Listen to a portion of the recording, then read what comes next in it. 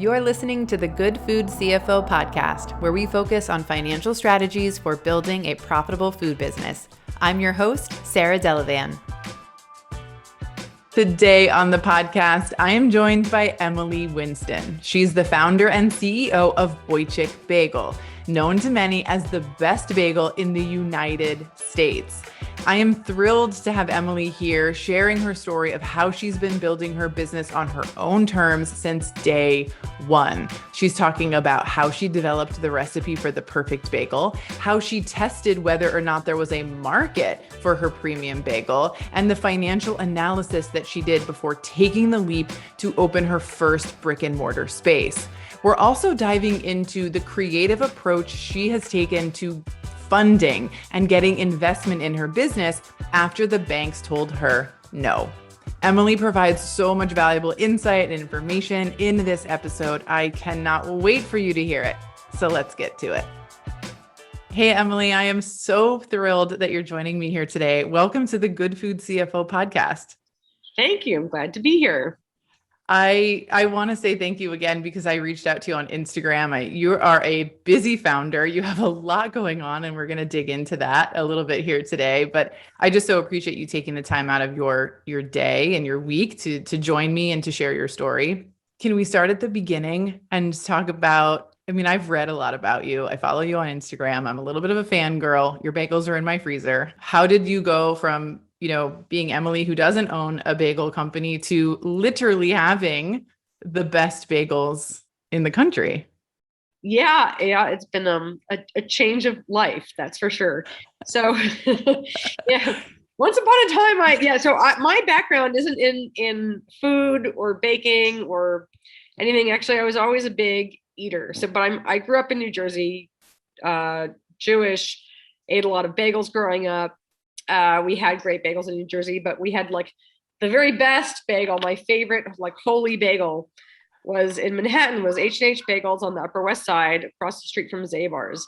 So if my father, my father is a consulting food scientist, which actually impacts a lot of about my story. But if he was on the Upper West Side, he would stop there and bring all that home, and sometimes he'd take me with him, and I'd go to Zabar's, and it was like the holy grail, the holy temple, really. And that was like the magic bagel. And, fast forward many years, I moved out to California, and the bagels were terrible. And I stopped eating them. And I said, well, I'll just eat bagels when I go home to visit, because my family's all still there. And then in 2011, I hear the very terrible news that H&H has been totally shut down for tax fraud. Yeah. Oops. Apparently he was taking the employment taxes out of the paychecks and then just pocketing them instead of paying them. And then the feds caught up with him. There's a crazy book you can find on Amazon called The Rise and Fall of H&H Bagels. So I was so devastated. I was never going to have my beloved bagel ever again.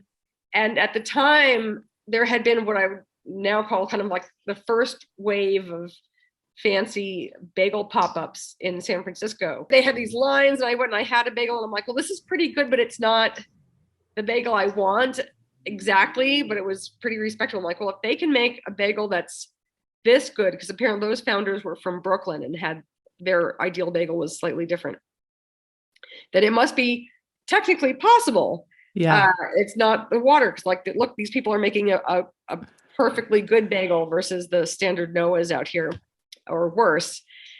And so my background is actually mechanical engineering. Okay. And so I like to figure things out and make them more efficient and solve puzzles. So I'm like, well, maybe I can figure this out then. I'm like, because it must be doable. So I embarked on this quest that turned into a 5-year quest for my sacred bagel, reading everything I could find about bagels, doing all sorts of things, testing different recipes, tweaking things. I would make a batch. I would make like 3 different dozens each time. And I'd be like, change some variable, like be like, okay, here's a percentage sugar, a different percentage. And I would go to my friends, and I had my martial arts school friends, and I had my neighbor group, which we had like these neighborhood potlucks every month. And I say, okay, like here's A, B, and C.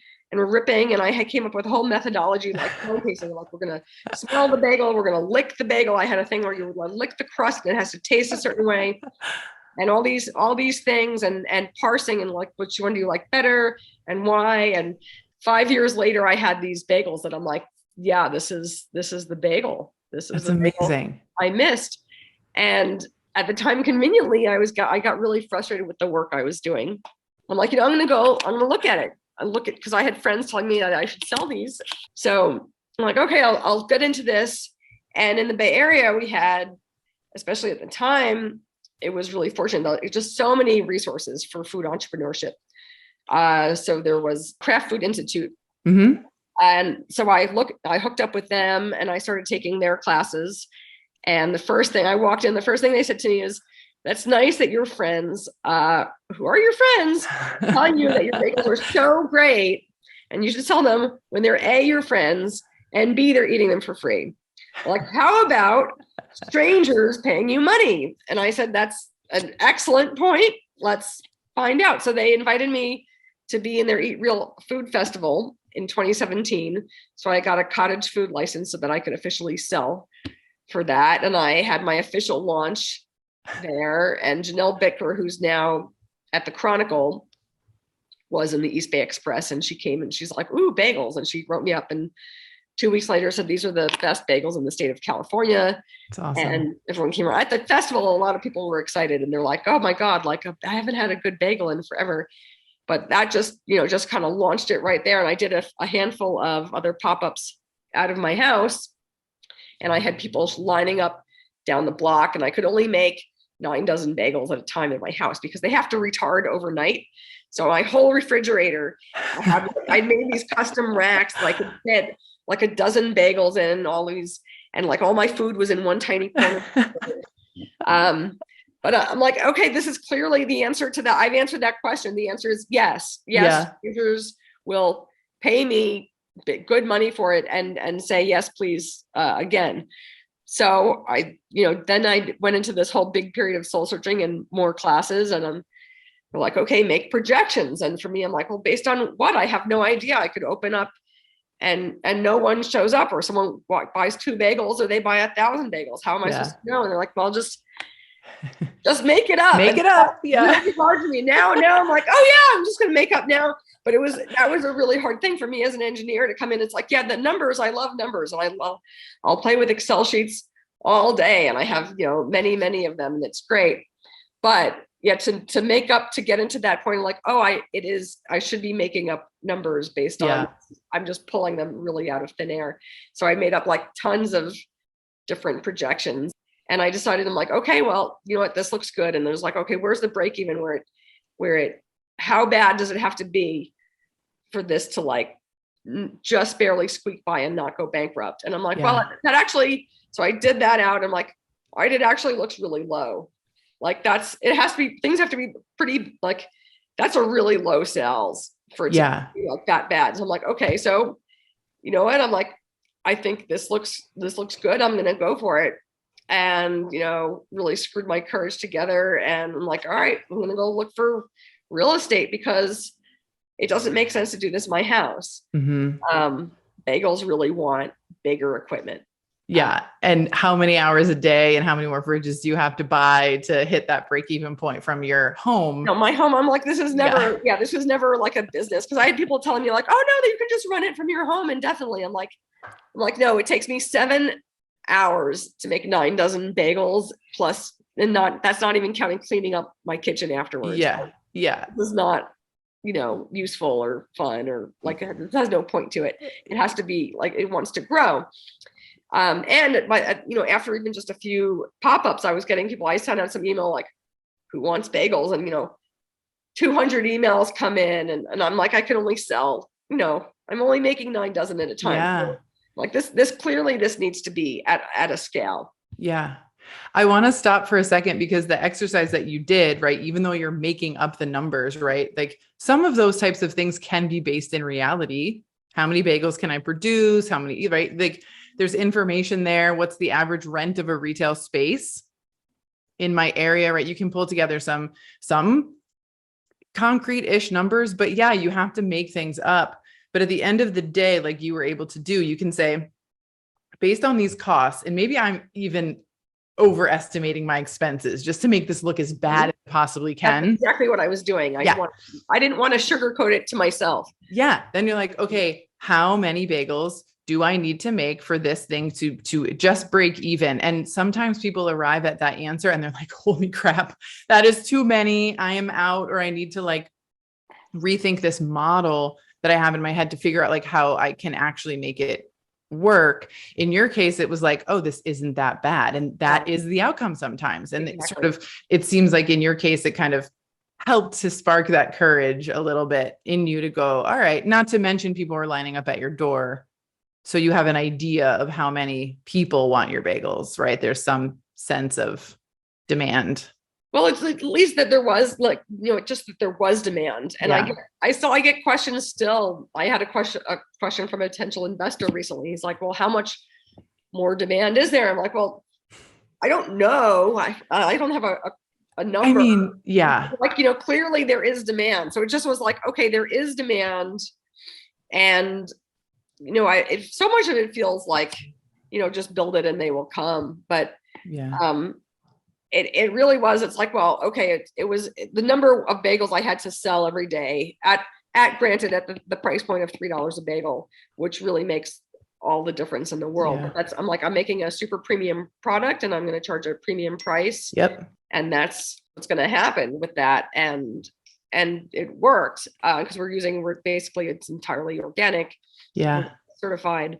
And it's, it's just a very different product than the commodity bagel you're finding in supermarket or Costco or Noah's or anywhere. Again, you are in the Bay Area. I'm in Los Angeles. There's one place I can get your bagels and I get your bagels from there, right? Like no shade to any of the LA bagel people. They're great in their own ways. Right. But like the demand spreads all the way down here. It's definitely a premium product. Okay. So you have made these projections. You're feeling okay about how many bagels you need to produce and sell. You are searching for real estate. How long does it take you to find your spot? I was searching for some months, and I was actually thinking originally something a little more industrial because I was like, I don't really know. I don't know anything about running a restaurant. Like I don't know anything about making bagels, but I really don't know anything about running a restaurant. And my original idea was it would only be delivery, like doorstep delivery, order ahead. And then I started looking at the industrial real estate out here was like not cheap at all.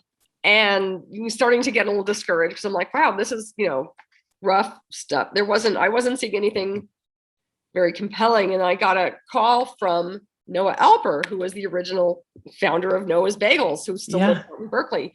And I had met him several months back and I was hooked up with a meeting with him.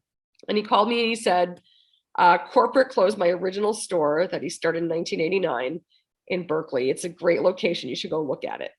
I just got chills. And then that became, I came and but I'm like, oh, this is retail. This is going to need to be a retail shop, but like it's smaller than I thought. It doesn't have a loading dock. Doesn't have this. It's very much more of a retail space, but it felt like I had to take it. It's like, this is historic.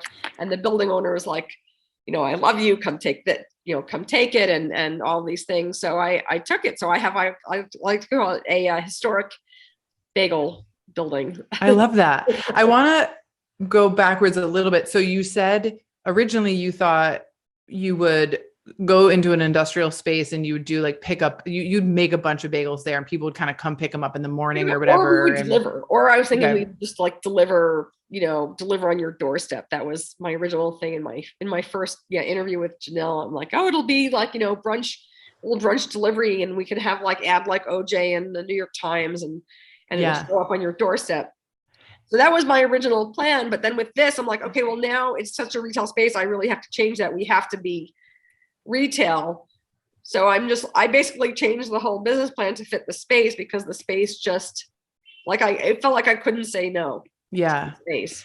And maybe I'm getting ahead of myself, but something that I always like to talk to people about is like, what is the vision for your business? Like when I work with companies, I ask what's your vision right? Where do you want to be in 5 or 10 years? Like, what's that ultimate, like, audacious goal that you have? Some people don't have one.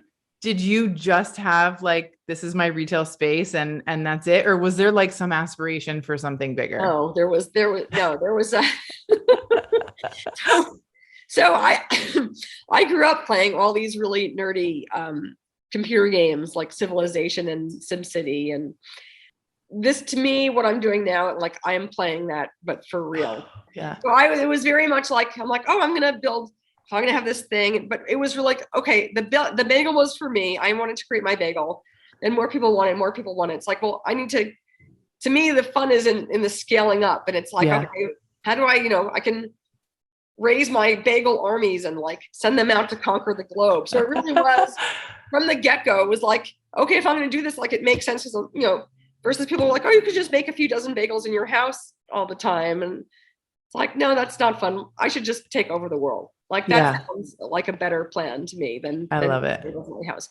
So that was, and in my original business plan and modeling, I said, okay, well, I think we can get up to in this store. Oh, and one of the things one of the classes I was in at the time, when I was pondering this, because I'm like, well, I could take it, but I thought I wanted to do, bigger and more industrial. And one of the teachers there was like, just take it and you can expand later. Like, just, it's one step. Okay, that's true. He's like, I'm like, okay, yeah, that's a good point. So, but I was like, okay, well, we're going to start here. Once we get up to, I think, 5,000 bagels a day, that might start getting crowded. It'll be time to expand the next thing. And that was in my original plan. And I had all these projections, and I had like the really, like the just break even, we're doing okay, we're doing better, we're doing great. And then we're doing so great, and we need to expand. Yeah. And that one, I had it at like 5 years. It's like, okay, we need to expand. So what really happened was that like 2 years, we like met basically everything in that wildest projection in like 2 years. And it's like, okay, we gotta expand. And I'm like, and I did another big soul searching thing. And it's like, okay, now I have this wildly successful one bagel shop. I could just sit here comfortably and just chill out in my one bagel shop for the rest of my life, more or less. Or we could grow it, which will be hard, but also awesome, and, try to take over the world. And again, I'm like, no, I want to take over the world because I'm going to get bored with my one bagel shop. Yeah. And that's, so that's what I'm doing. And I like, the cool thing is I've got people coming to me. I have my new right-hand man, Rob, whose entire career has been in food, like restaurant management. And he's come in, and so he's taking all my operations, and he's amazing, and he loves it. And he's like so perfect, and he's Jersey Italian. So, and we get along great, and we'll like, raise our voices and yell, and we're having a great discussion. The Californians think we're mad, and we're not. Yeah. I'm from the East Coast. I'm a Pennsylvanian. So it's just how I talk. It's how like, no, this is good. We're having a good conversation. If you're not raising your voice, like you're clearly not passionate enough about what you're talking about. Maybe we should find someone else, right? So it's great. And, he's excited to build an empire. And that's, I've got big plans with this, and part of it's just like, okay, this is going to be hard. And it is. And we're in the middle of construction on 2 things right now. And it's rough, and there's all kinds of horrible things that come with it, but I'm super stoked. And I'm like, well, the other alternative is to be kind of bored. So yeah, I'll take it. Yeah. So, okay. So you have you have the first shop, you're exceeding all of your projections and expectations. So your 5-year plan becomes you're ready to embark on this in 2 years. Is it a second location? Because you opened a second retail location, right? In a different part of. So we have 2 things. We're still everything we're doing today is still in this 1,250 square foot retail location. So all that wholesale that's going down to SoCal, all that is still just this 1,250 feet that's bursting at the seams. But what we're building, we're in the middle of, and this process started a year ago, but things, unlike computer games, the real life stuff is really slow, and it's annoying that way. Like very does. I can't go back to my computer games. But we have in the works is an 18,000 square foot warehouse building that I'm calling the Bagel Plant. So that's Yeah. 5 miles away in old industrial section of Berkeley, which is now kind of gentrifying into breweries and wineries and art galleries and all this great stuff. So that's going to be our hub. So we're going to make all the dough there, all the cream cheese there. We're going to bring our Jewish pastry program back and do it there. Awesome. We'll do all the wholesale baking, and we'll also have a full retail store on site and a patio and office space and all these things. And then we're also building a retail store in Palo Alto right now that should open next month. And so the plan is, and then our current store is going to just turn into a spoke instead of so the Palo Alto is going to be a spoke. This store is going to turn into a spoke, and all the dough is going to move out of here into the plant. And so then every day, and then we're going to build more spokes around the Bay Area. And then every day, so we got this big refrigerated truck with a lift gate. We're going to take the racks full of rolled out bagel dough that normally, so we roll the dough and then it sits in the refrigerator for 24 hours, basically, close to it, maybe 18 hours on average. So we'll make all this dough, drive it, and deliver racks of raw dough to each store. Got it. In the Bay Area every day, and plus cream cheese for them in the store, plus here's pastry, here's whatever else that's coming from the commissary, basically. And then each store will have a kettle and oven and properly boil and bake the bagels on site. Fresh right there. That's awesome. So that's the Bay Area plan. Yeah. So I thought the Palo Alto one opened already. So that's why I was like, you already have two, but yeah. So that's congratulations on that opening up. Hopefully next month. I know all things. Yeah. By the time this airs, it might be opening now or already open. Yeah. I like that. So thinking through this, I mean, are you getting advice, or do you have advisors who are like, this is how you should do it? Or are you owning and like digging into I like to figure out puzzles and deciding this is how I want to do it. This is how I want to build my empire. I am definitely owning it and very DIY. I will say that in a lot of points, especially earlier, felt like, where is my fairy godmother who's going to come and help me make these decisions? Yeah. And it eventually dawned on me that there is none, and it is going to be just me. And I have wonderful support, and I have a tremendous mentor, Cheryl Liu, who owned her own bakery in Montclair, and she's big on being a mentor for women who own bakeries in the Bay Area, and she's just a tremendous resource. But yeah, at really, like, there is none, and I quite, I ask why of all sorts of people and things, and then it's like, what, I just have to own it and do it, because there's no like magic help. Yeah. At the end of the day, if you're an entrepreneur, the buck stops with you. Yeah, it is. Yep. Totally. It's scary. And, there's a lot that's scary and terrifying, and it's also awesome. Yeah.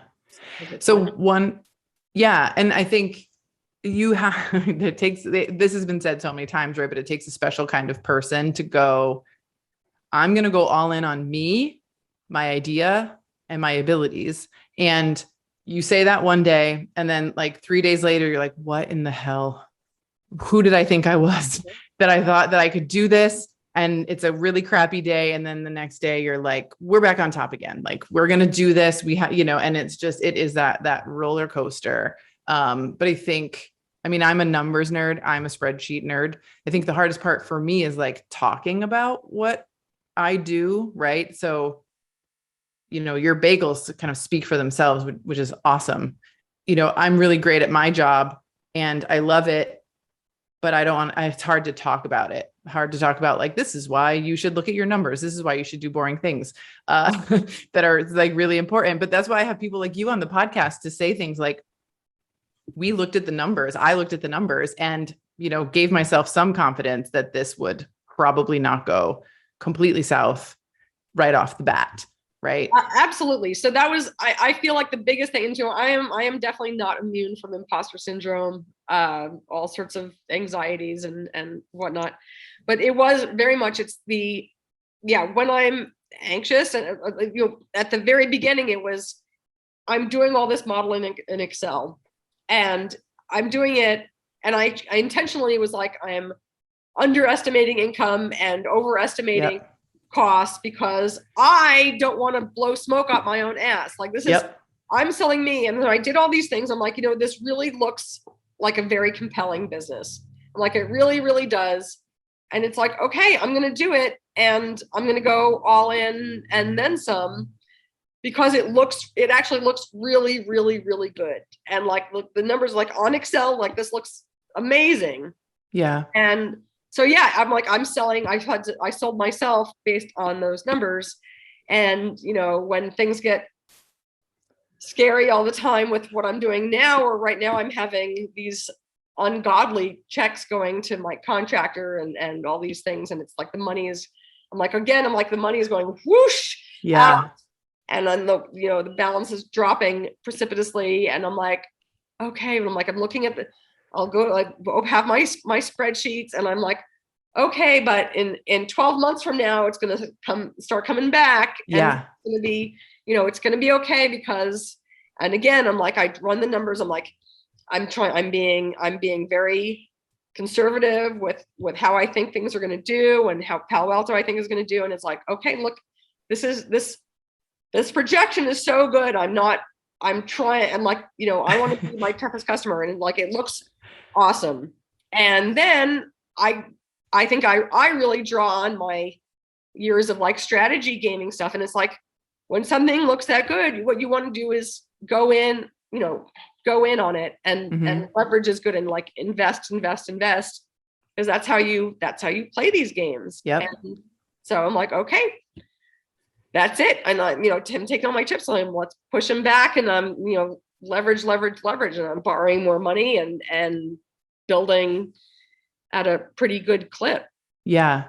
I want to talk about how you're bringing in money in a second, because I think that's super interesting. And I want you to be, have an opportunity to share a bit about that. But one of the things that it seems like every founder that I'm working with right now is in a growth stage, right? As you are, where you're putting money, time, and energy into the growth of the business physically, right? You're hiring more team members, you're investing in a warehouse, you're investing in a production space, right? You're investing in vehicles, when the list goes on and on, equipment.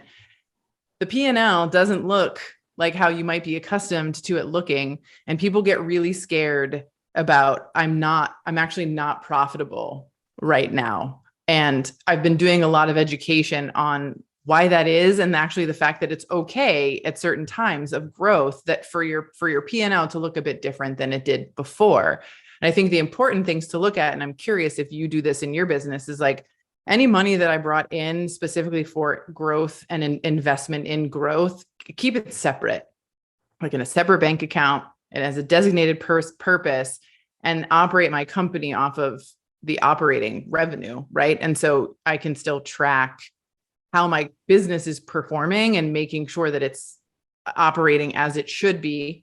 And so regardless of if I'm spending money on things that are affecting my P&L, I know that my cash flow and things are working right. Is that something that you? I think that totally makes sense. I don't have that. I don't have a separate bank account, but I love my QuickBooks, and I'm in there and I'm looking at the reports, and I'm looking at, and I know right now, like, right now, all our business is doing really is losing money right now. It's all getting spent, but it shows in the P&L, like there's still profit, which is a funny thing because I'm just spending these giant checks, but it's not quite, because it's like investments and assets and leasehold improvements. Doesn't look like we're just, it'll even say that we're still profitable. We'll be like, you're still profitable, but our bank account has gone down a lot. Right.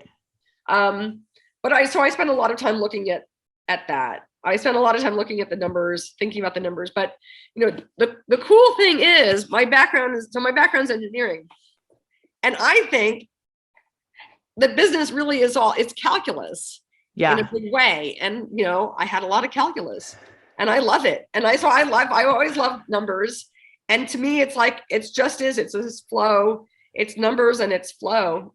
And it's all calculus. Yeah. And I like the gaming kind of thing that you keep talking about as well, looking into the future, right? This game is like, okay, I have this right now. I'm going to invest this. This is what I anticipate the future is going to be like. This is essentially what we're making calculated, movements. We are paying attention to what's going on, and we are, projecting what the outcome is going to be. It's like literally like a game, right? But there's also math and calculus involved. It is a game, and games have math and calculus. Yep.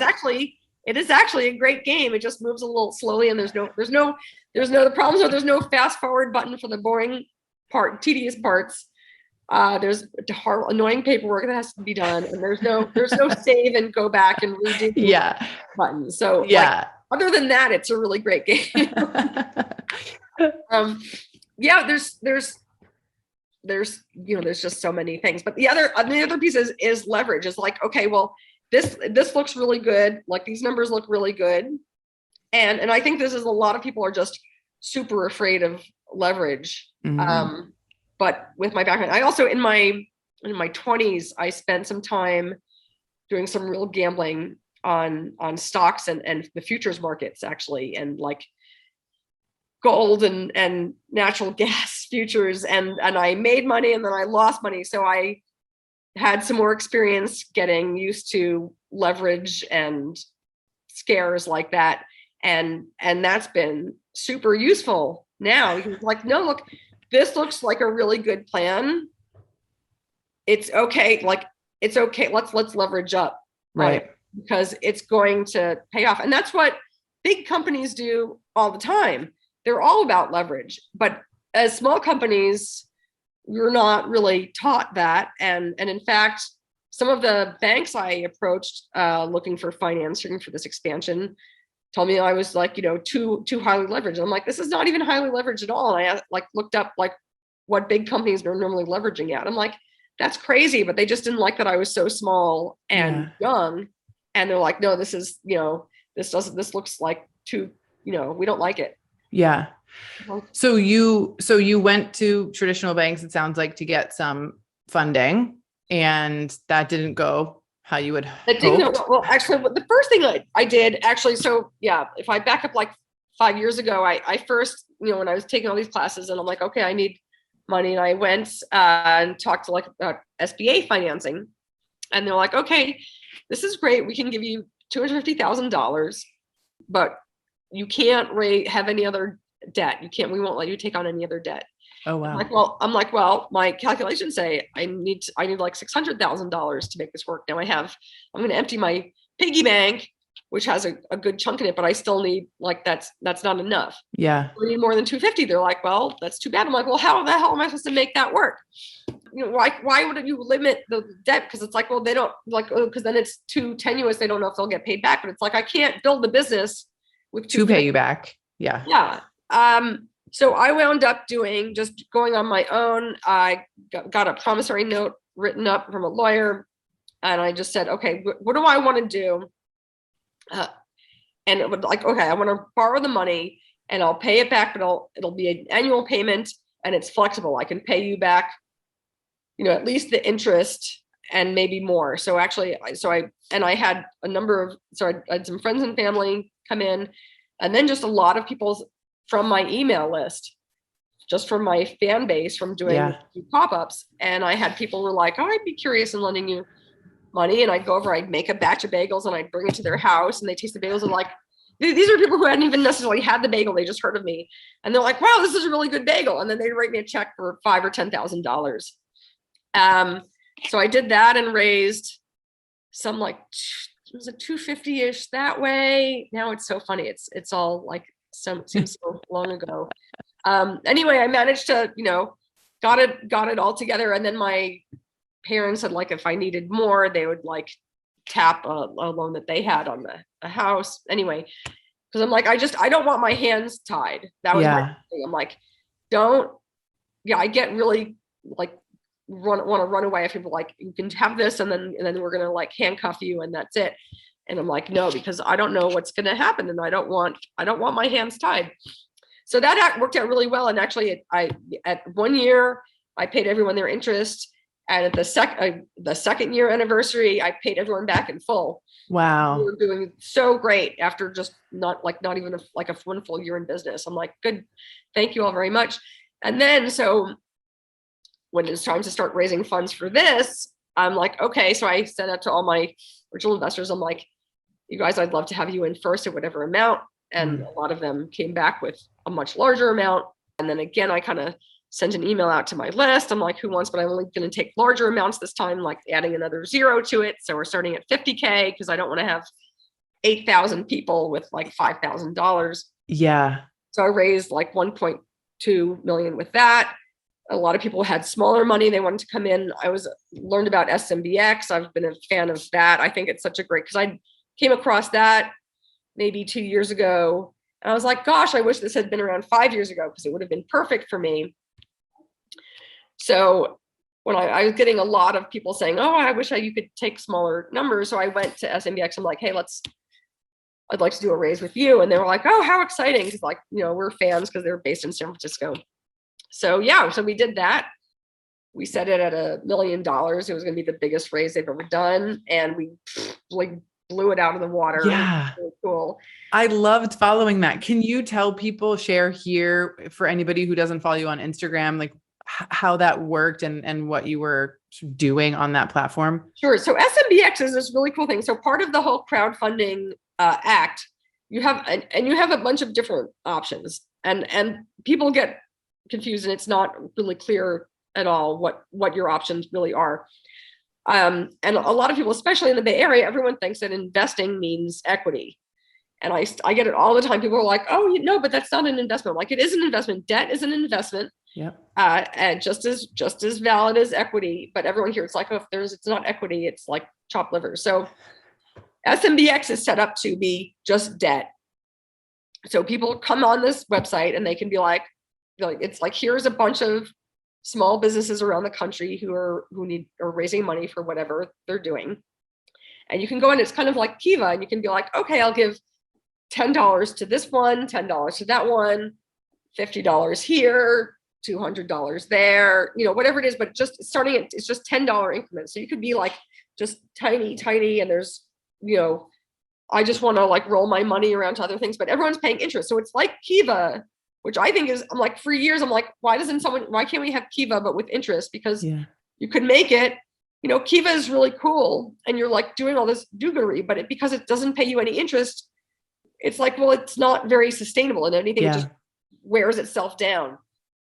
So it's Kiva with interest. So it's like, okay, this one's paying 8% interest. This one's paying 6% interest. This one's paying, 7.5% interest, whatever it is. And you're like, okay, cool. And then and every month the interest payment plunks into your account, and you get a happy email like, yay, we got paid. You can send it, withdraw it to your bank account, and then, or wait for other payments. And then you can like reinvest it, just like very much like Kiva. And it feels it's very satisfying to do. And I have an account, and for a few years, I've been investing in other companies on there.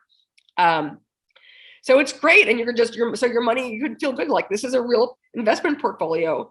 I'm putting money in to real companies. They're paying back real returns. I'm growing money just as I would with like any kind of CD or treasury note or whatever, at totally good interest rates. Yeah. They're vetting the company, so they can't just be some total fly-by-night thing like on Kickstarter. They have to be real companies that are showing actual profits and such. So it's not, you're not likely to get scammed, and which is important. And it's great. And you're like, you can make real money. You could have, run millions of dollars, in portfolio on it if you want. Apparently there is some like big money behind it that's running, and they're building like funds that are just going to like invest in these small companies. It's so cool. You're literally investing in Main Street and helping all these small businesses out. So like WeFunder you can do equity, you can do revenue sharing, debt, which is nice. But a lot of people go straight to equity. And I think for most small businesses, equity often doesn't really make sense. Mm-hmm. So I don't like, for my like investing, when I was, I put money into other companies on SMBX, I'm like, I like this because they're just going to pay me interest. And like, I don't have to worry about like, gosh, Is this company going to like, when are they going to grow to the point when there's profits that are going to come back to me? It's like, who knows with small companies, it's like, that's pretty, it's kind of dicey and like, you never know when that's going to happen. But like debt, it's like, okay, look, I'm going to give you money. You're going to pay me back with interest. Yep. It's easy. It makes sense. We don't need to get too complicated. And a lot of equity is really just gambling in a big way. So yeah.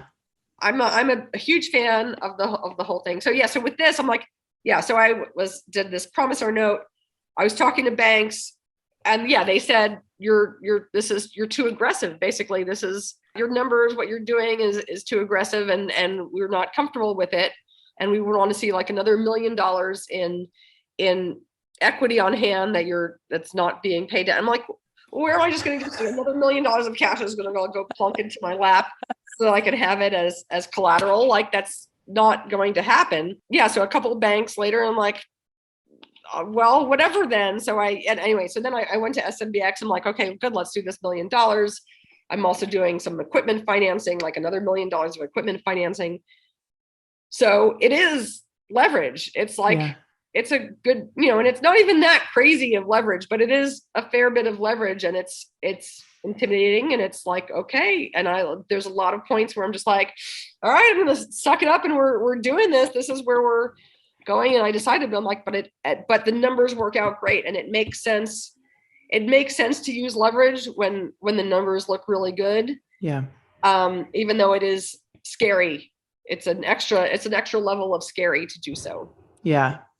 It's just so cool to talk to you and hear about, you got no's, right? You got this like unrealistic requirement for what you need to get a yes from the bank. And you were like, okay, well, we're going to do this my way. We're going to write up a promissory note and go back to the people who believed in me in the beginning that I successfully paid back. And we're just going to do this on our own terms, which I think is really amazing.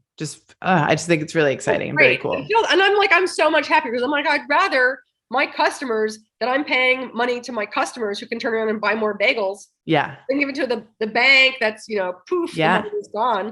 And the other thing with SMBX, I'm a big fan, is that they're going to be like, now there's going to be some 400 some people together who put in that $1 million that I'm getting. And every month, all of these 400 people are going to get this email that says like, plink, you just got paid from Boichik Bagels, and like the warm fuzzy feelings that go with it.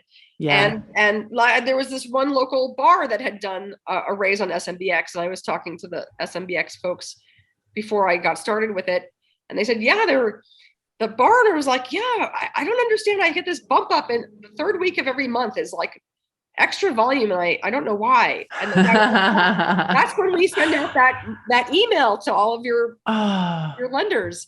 And so they're getting this email, and they're like, oh, yeah, I'll go get a beer. Like, I love, you just got paid back $12. Okay, good. Now I'm going to go buy like 3 beers at the bar and like spend even. I love that. So I'm like, it's all the warm and fuzzy. So it's finance plus it's marketing. And it's just like, all this good stuff put in together that for me is so worthwhile. Yeah.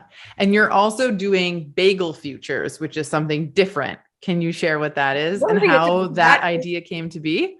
So that's, I don't, so that's basically it's just discounted gift certificates. So I'm saying, give me, for the coming locations, you can buy, if you give me $110, I'll give you a $125 gift certificate that you can use for that location.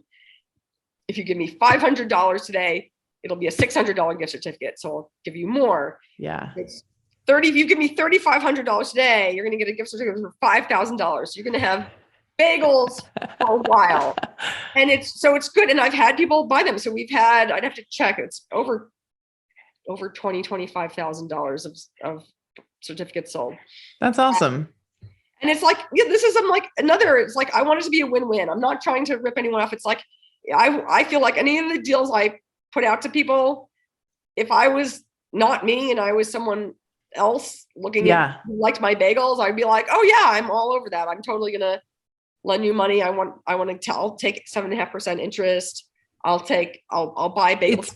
If you're just going to buy a dozen bagels every week for the next couple of years, it's like, wow, yeah, I could totally, lock in my bagels. It's very much like a why not decision. Yeah. Like there's no negative to this opportunity or scenario. Unless you develop celiac or something. Yeah. But then you can gift bagels to someone you love, But yeah, it's great. And then I got approached by a new business model called In Kind, and where they're doing a more high-tech version of exactly that, saying, oh, we'll give you, but like they'll take care of all this stuff and sell them, but it's discounted gift certificates for people. But I'm like, well, I don't need to pay you. Or it's like Kickstarter, like all sorts of things. But I'm like, well, I already have a platform where people are paying me money all the time. I can make a gift certificate. So it's like a literal piece of paper gift certificate that's like, good, I can make this. I'm already set up to take credit cards, and I'll have, I don't need another third-party system that's going to take a cut. Yep. And that's a big thing I'm always looking at as an engineer. And I don't like frictional losses. So I'm like, I don't like cuts, wherever it is. I try to minimize those all the time. It's the easiest thing to sell gift certificates. Be like, yeah, I'll give you a bonus gift certificate. I need money now to grow. Yeah, I'll give you, this is, $1,600 or $1,500 an extra bagel, but it's going to take you like probably at least a couple of years to spend it. You think about it sort of like interest payments, and the interest is being paid in bagel. Yeah, that you're making like almost 50% interest over 2 years. So if you say it's okay, 25%. So it's really a fabulous investment. Yeah. So it's awesome. The only thing I'm surprised that more people haven't taken me up on it. Yeah. To me, that's like this weird thing. Cause I'm like, if it was me, I would have totally been like, oh, I'll take $5,000 of bagel credit. Like, sure. Cause the numbers look good, and I'll totally, use it eventually. And it's great. Maybe you need to break down for people how many bagels they get to eat, how many like days of bagels or something, or maybe like I could do something like that. Yeah. Yeah. Like an illustration of their bagel wealth that they will have after they have the gift card. So, okay. That's the nice thing about that, is that there's no rules. You can just like anyone, like literally anyone now can do that with whatever platform you're on, because everyone's taking credit card payments. Yeah. Like the SMBX, there's a lot of all the bank stuff, and SMBX still also, because it's a financial institution, everything, there's always all this paperwork. There's like, here's all your financial paperwork, here's bank stuff, here's, just so many things. With SMBX, because I was going over $500,000, I had to have my financials reviewed by an external CPA. That was another big pain in the butt. Right. But making gift certificates, you're like, you're printing your own currency. Yeah. It's really cool. So it's like easy. Everyone, if you have fans and you have a thing that you're selling, you just do that, and there's no regulations around. It's such a good idea. I love it. And I like the way that it's called Bagel Futures, because it just sounds so fun. I love that, the marketing behind that. So you're using these funds that you raised to open the Palo Alto shop and to get your facility built. I saw on Instagram recently that you were at, I'm going to get the name wrong. It was like a convention of machines, I'll call it. It was like the giant, it's an international baking industry exposition. It's this huge baking, like industrial baking show that's only every 3 years. Oh, wow. It's like the largest show in the Western Hemisphere or something. Pretty crazy. It's huge. And there's like mixers that are like the size of like a house. There's all this crazy stuff that gets dragged over to be displayed at this show. Fascinating. And I might be wrong about this, but this is what I've gathered from my research on Instagram, is that you have created a custom machine or two. So I didn't like invent it from scratch or anything, but I've been, researching, and then I ordered, so custom made, and then like worked with them on the layout and exactly how we're going to do this. But so Bake Tech is an industrial bagel line maker in Livermore, who I met already. And they normally do, so if you ever see, there's like some just crazy stuff out there, like the industrial bagel factories, like Sara Lee. And actually I got to go, I've been in 2 of these Sara Lee factories, which is crazy. And there's bagels, they're making like literally 1 million bagels a day. And I'm just like, it's wild. But they're making this machinery that's taking the dough, rolling into bagels, doing all this stuff. So these guys make that machinery, and then they're like, oh, well, we can make you a smaller version of that. So I'm like, okay, I'll take a smaller. So it's like the baby. So like right now I've been at like retail level, and I'm like taking this big step up to like baby industrial level. Yeah. And so it's a lot more automated. There's a lot less physical labor that staff is going to have to do, like bending over, scooping the dough out of the mixer, throwing it up high. Yeah. And then take the whole bowl lift is going to go up and dump all the dough into the hopper, so they don't have to do any of that manually. That's great. Really cool stuff. So I'm like, okay, I'm taking this, planning it, discussing it with the engineers there, going through all sorts of things. And then I'm like, oh, at the end of the line, and then finding another manufacturer out there who is working on doing robotics and has this BakerBot thing. So it's a whole articulated robot arm that you can program to do stuff. So I'm like, okay, well, if we're running this line at top speed, it's going to spit out boards of bagel dough at every like 7.5 seconds. Whoa. Which would be a really lame job for someone to like just take the board, put it on the rack. Yeah. Scratch, take it, like you can't even go anywhere because in 30 seconds it's going to all be backed up. So even though there's a room for a few boards, you can't just like walk. And so it's like, I'm like, this looks not fun. So yeah, let's get this cool robot who will do that. So the robot arm is going to come and take the board and stick it in the rack, and take the board and stick it in the rack. And that's great. I'm fine and happy about that. And I'm like, yeah, it's going to be super cool to watch. But I'm building, and I also had this very clear vision of you're going to come into this plant, and there's going to be this huge window, and you're going to come and see this whole awesome line and the bagel dough like flowing through, and like it's gonna be the whole show. Yeah. And I love it. That's how because that's my idea of a good time. And other people love it too. And I built a retail store before COVID, when we threw people out, or a few months before we hit the throw people out of the store. You kind of came in and you could see the robot going, you could see people baking, like everything was open. There were not walls. I totally remodeled the place, knocked all the walls down. I want you to see it. Yeah.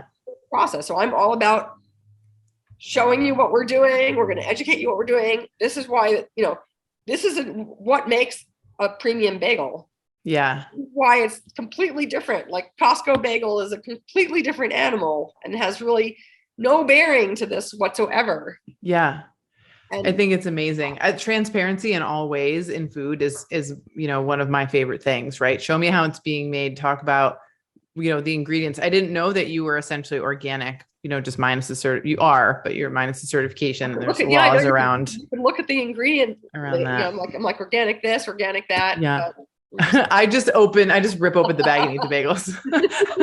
I didn't look at all at the ingredient list. It becomes like a minor thing, but it's like, but we are, because I wanted it to be that. Yeah. Maybe at some point we'll get certification, but it's like, to me, it's important. Like, I'd rather be supporting organic agriculture I'm buying thousands and thousands of dollars worth of flour every week.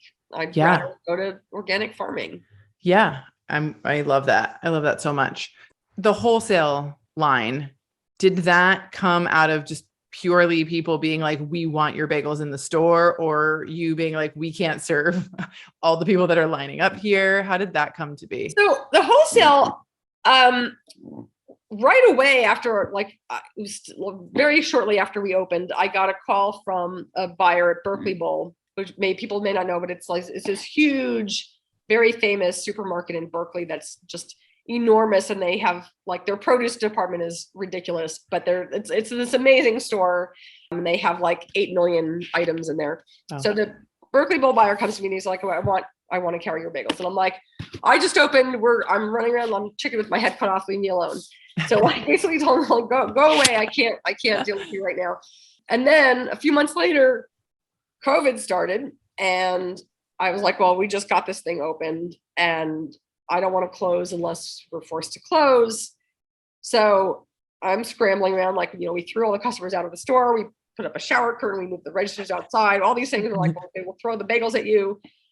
I'm just like, anything I can do to like keep this going. So then I was like, okay. So then I called the buyer at Berkeley Bowl back. I'm like, hey, let's talk about wholesale now. Now that I'm in a panic and, the crowds are dissipating. Now let's talk about wholesale. And he was like, great. And Berkeley Bowl also, because it's an awesome store, they're really big on carrying local foodie products. Yeah. It's not like going to Safeway or something. It's a really awesome boutique high-end store. So I'm like, okay. So we have this meeting, and then he's like, oh, and we could put you on the shelf. I'm like, they got to be in the freezer. And he's like, what? I'm like, I do not want to sell stale bagels. I'm disgusted by bagels that are dry on the shelf. Because he's like, oh, you can be in the bins. I'm like, absolutely not. No way, no. He's like, how about plastic bags on the shelf? I'm like, no, that's still disgusting. Like, to me, that's disgusting. I'm like, I was raised, my Jewish mother said the proper way to have a bagel, we ate it Sunday morning, we eat the bagels, whatever's left over got sliced and put in Ziploc bags in the freezer for the rest of the week. And then you want the bagel, you take it out of the freezer and put it in the toaster. It's already sliced. You just toast it and go. If you were too lazy to slice it already, you can defrost it in the microwave until you can slice it and then put it in the toaster. And that is it. And I'm like, that was the religion I was raised with as far as bagels. And I'm like, I will only put the bagels in the freezer. And then he was like, okay, fine. Well, I'm going to get a freezer for the bakery section, because I'm like, well, you could just put them in the freezer section. He's like, no. He's like, I only run the bakery and I want them in the bakery. If I give them to the freezer section, that's a different department. And I want them in my department next to the other bagels. So he fought a whole battle and got a standalone little freezer put in the bakery. That turned out that he put my stuff in, and then he moved some like gluten-free products in there as well. And they took off like a shot. That's awesome. And it was really cool. And he was just wonderful. And like, I didn't have any labeling. So it was, and they did a lot of hand holding to get me going, and were very tolerant, because I was making these stickers, but then the stickers were falling off in the freezer because they were just like regular stickers, and I didn't know anyway. So it took a while to get printed bags. There was all this stuff, but people, the cool thing is that the reputation was there, and people were buying them even with these bags with the stickers falling off. People still, was and trusted me and bought them, and were happy with it. But that was, definitely got some, growing pains in there, but it worked out really well. And then other supermarkets, I started taking them on too, and that was growing, and it's big. It's like 20% of our business right now is wow. And do you see that growing as well as your capacity? Yeah. And that's the plant. We're going to be doing a lot of wholesale. And do you choose your wholesale partners based on, for example, like the quality and the like Berkeley Bowl, right? They're a certain level. I want to keep it, this is not, again, like, I'm not making a commodity product. And so I don't want to just be like, I want it in every store. I don't want to be in Safeway. I don't want to be in Costco, although maybe Costco later down the road I could think, but like, I also don't want to get into some trouble where I don't know, overextend myself and get in trouble. But we're not going to be everything like the bagel that's everywhere every 5 feet. It's okay. And I think it should be that we're not everywhere. We're in like better, higher end stores and such. Yeah. Yeah. I'm a firm believer in you have to go where your shopper is. And certain types of stores have certain types of shoppers, and that's important. It's an important part of the strategy that as a founder, you have to think about. And whenever we're doing projections and strategy and figuring that out for people, we ask that question all the time. Where is your shopper? So-and-so from Kroger reached out. They're interested. Okay. Is the Kroger shopper going to pay the price that you're asking for your product? Mm-hmm. And if the answer is no, then that means that the buyer at Kroger is not going to pay the price that you're going to ask them for your product. Right. And so the trickle down is you're not going to be selling anything off the shelf at the price that you want, right? There's that issue. There's the margin issue. If they're trying to pay you less than your typical, wholesale price, there's just a lot of issues there. So I love hearing that you're like, we know where we want to be. We know who we want to sell to and who we are as a brand. And so we live that. I think that's great. I think what's helpful for me also is that I keep it very much like I want to keep my cards. I'm not ever desperate for that growth. And I think what's helpful to me is that I have like, it's retail and wholesale. So there's so much spread, like kind of, I have all this stability and I can, there's a lot supporting the company. So like I'm starting to talk to distributors now. It's like, okay, so when we get this plant up, we can start really sending bagels further afield. Yeah. It's like, well, I want to, stay in this position of like power and not be like desperate and begging to be like, oh, please pick me up and take me. It's like, okay, well, this could work. If I want it, this. The bagels stay frozen. I don't want them like thawed. I don't want them this way. Yeah. Staying in my power. And it's like, well, because I could be like, well, I don't need you. Like, that's fine. There's plenty of other people and I'm building, at any point I can be like, well, I don't need you. I have my retail stores. Or the problem with retail, it's like, well, I have, so there's so many pieces that it helps make it a lot more stable, I think. Yeah. And you can fight for an equitable relationship within that channel. Bye. Yep. Well, I don't like this relationship anymore. See ya. Yeah. And we hope that every business, every founder can exist in that space. And something we're working toward is like, what information do people need to have, right? How do they negotiate and how do they, find themselves in those positions where you feel strong enough to say, nope, it's not the way I want it to be. We're walking. So congrats on that. I have kept you for a while and you may not be able to tell, but Emily is sick and I've kept her on the phone for over an hour now. I am just so grateful. I'll say it again for your time, especially because you're feeling under the weather. I think that sharing your story and your creativity and also your passion for creating the product that you wanted and taking the time to make sure it could work, right? That it was as viable as possible.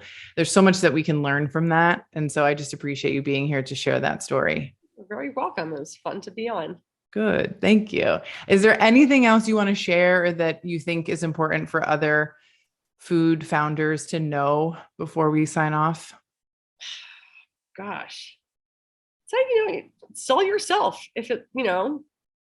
Sell yourself. If it looks good, then give it a try. Yeah.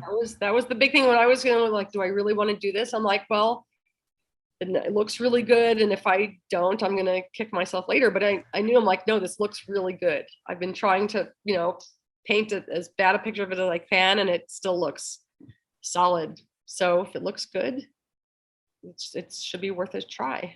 I love it. Well, if you aren't yet, follow Emily and Boichik Bagel on Instagram. We'll put the handle in the show notes and obviously share it on our Instagram as well. Let her know that you heard the episode. And if you can, try out her bagels. If you're here in LA with me, I get it from local. They deliver to my house. It's fantastic. Actually, they just started also doing nationwide shipping. They just started. That's so exciting. The country can get it from Shop Locale. Okay, so then I'm going to put out this call. If you get Boichik Bagels anywhere in the country, take a photo of the bagels and obviously tag Boichik so Emily can see, but like tag me too and let me know that you heard that you heard Emily here. I think that's super fun. And I'll be tagging my latest photo of bagel eating. I have a confession. I almost posted a photo and I didn't because I got a little embarrassed, but I'm going to share my dirty little bagel secret, which is that I like cream cheese and ham on my bagel. I've been eating bagels that way for like 25 years. Yeah. There's no words. It's not kosher. I would say no, I haven't done that, but it sounds like it could be tasty. It's like it's ham and cheese. Cause I don't like smoked salmon. And so my husband has lox and so I don't like that. And the ham sort of gives me that like essence. And I know that it's not kosher, which is why it's a little bit embarrassing. I'm all about people doing whatever they want on their bagels at home. Just don't come in and tell me I should put ham on the bagels in the shop. I would never. I know my limits. Well, thank you again, Emily. I appreciate you. I hope you have an awesome day, and I'll see you on the Instagram. All right. Good. Take care. Bye. Bye. Thank you so much for joining me here today. If you haven't yet, please consider rating, reviewing, and subscribing to this podcast. It's the number one way that you can show your support for the show and help us reach more food and beverage business owners. If you'd like to continue the conversation, join us in the free Profitable Food Business community. You can grab the link to join in the show notes.